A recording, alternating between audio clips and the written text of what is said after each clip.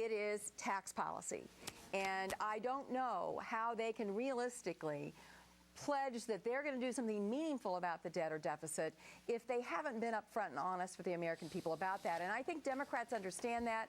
We're going to continue to focus like a laser on the middle class and on small businesses, but we got to do a better job of communicating. You must have seen our interview with Congresswoman Blackburn earlier in the evening, where she described herself as in favor, essentially, of philosophical cuts, but couldn't mention any one of them practically by name. Hang on just a second, Senator, because we have a call out of Massachusetts and the governor's race there, which was too early previously, and now we can project that the Democratic governor of the state of Massachusetts of the Commonwealth has been reelected, Deval Patrick, with a hard count of 50-41, with well over the midpoint. So this was thought to be fairly close, but it is. That's big. Yep, exactly. Senator, you summed it up for me. It's big.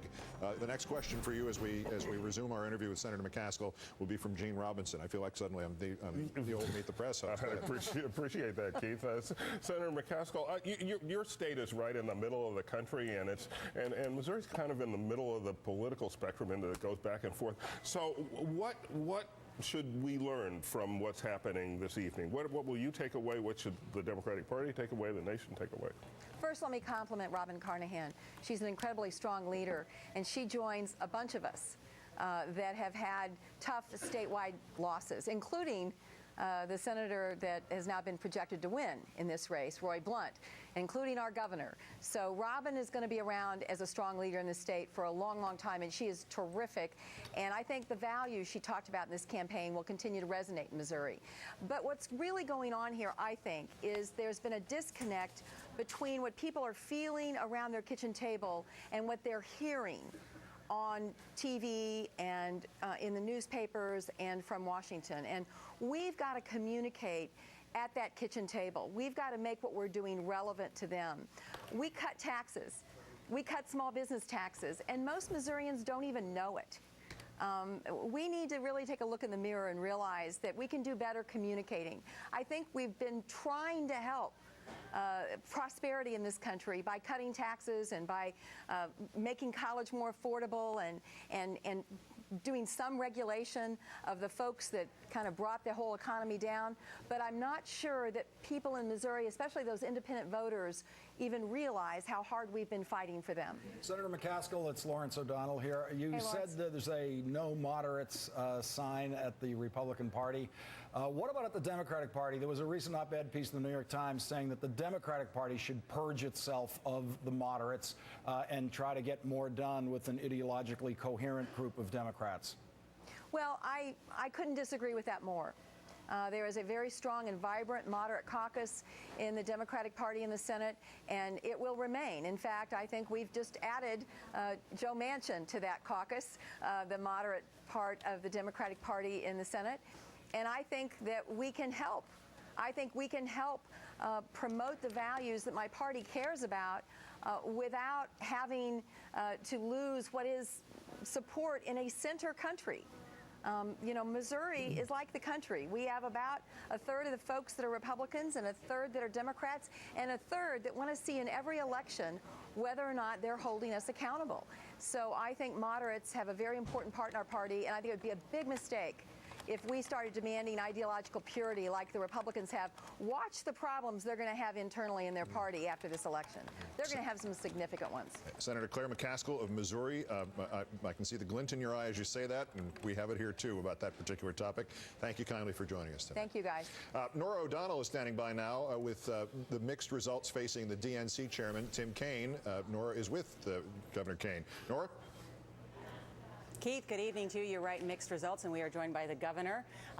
Big win in West Virginia with that Senate candidate. Let me ask you, though, you've talked about how the president will view this big win by the Republicans in the House. You said that the president would make adjustments and corrections. What's he going to do? Well, you've already seen the president really start to tackle some issues that would be natural if Republicans want to cooperate. So the small business lending bill that the Democrats did in September overcame a months-long filibuster on the Republican side, but that's the kind of thing that Republicans say therefore, trying to advance small business success without adding to the federal deficit. this lame duck deficit would be a second issue that they ought to be able to cooperate on, and the president's already starting to address that.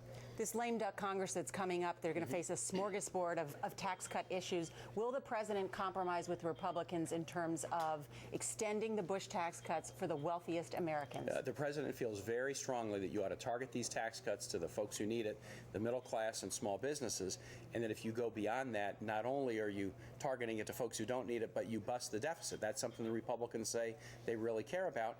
We can't talk out of both sides of our mouth on this. We've got to figure out a way to appropriately deal with spending and the deficit issue, and extending the tax cuts en masse is no way to do that. No compromise. It is. The president's been very, very clear that you got to target them the right way, and that also happens to help the economy. Middle class and small businesses will spend the tax cuts in ways that should continue this 9 months of private sector job growth. You've got some of the best information about what's going on the ground in a lot of these key races we're still waiting for. Pennsylvania Senate. Sestak is holding on. Yeah, he is, Nora. That is a very close race.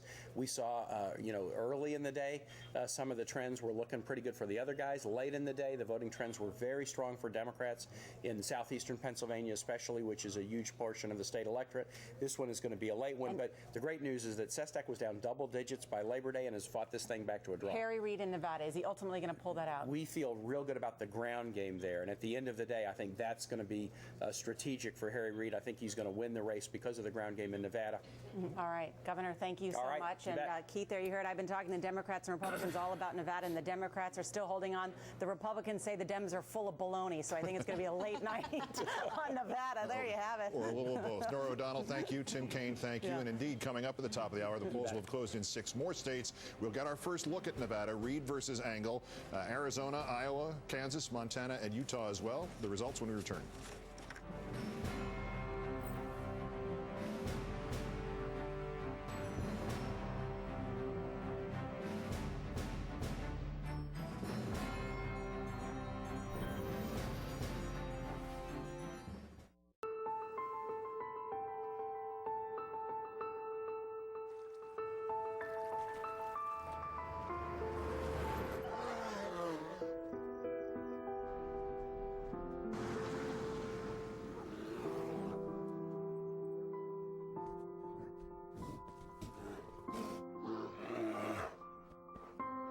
Introducing the 100% electric Nissan Leaf.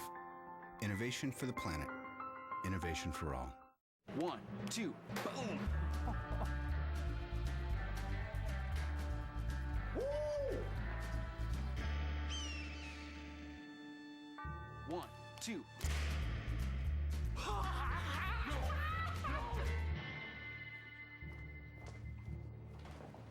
Hello, Hong Kong. Thank you for joining us and working together in all kinds of ways. Together, we are the Human Network. Cisco. National Geographic Channel presents A Planet in Motion. These are the stories of their journey, moving as millions and surviving as one. A global television event, Great Migrations, on the National Geographic Channel.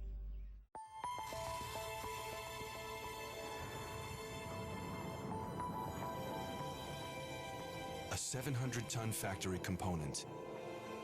A 420-mile journey through heavily populated areas. Lots of risks. Technically evaluated and covered by one insurance company. Providing risk engineering and underwriting expertise. Zurich Help Point. Help when it matters most.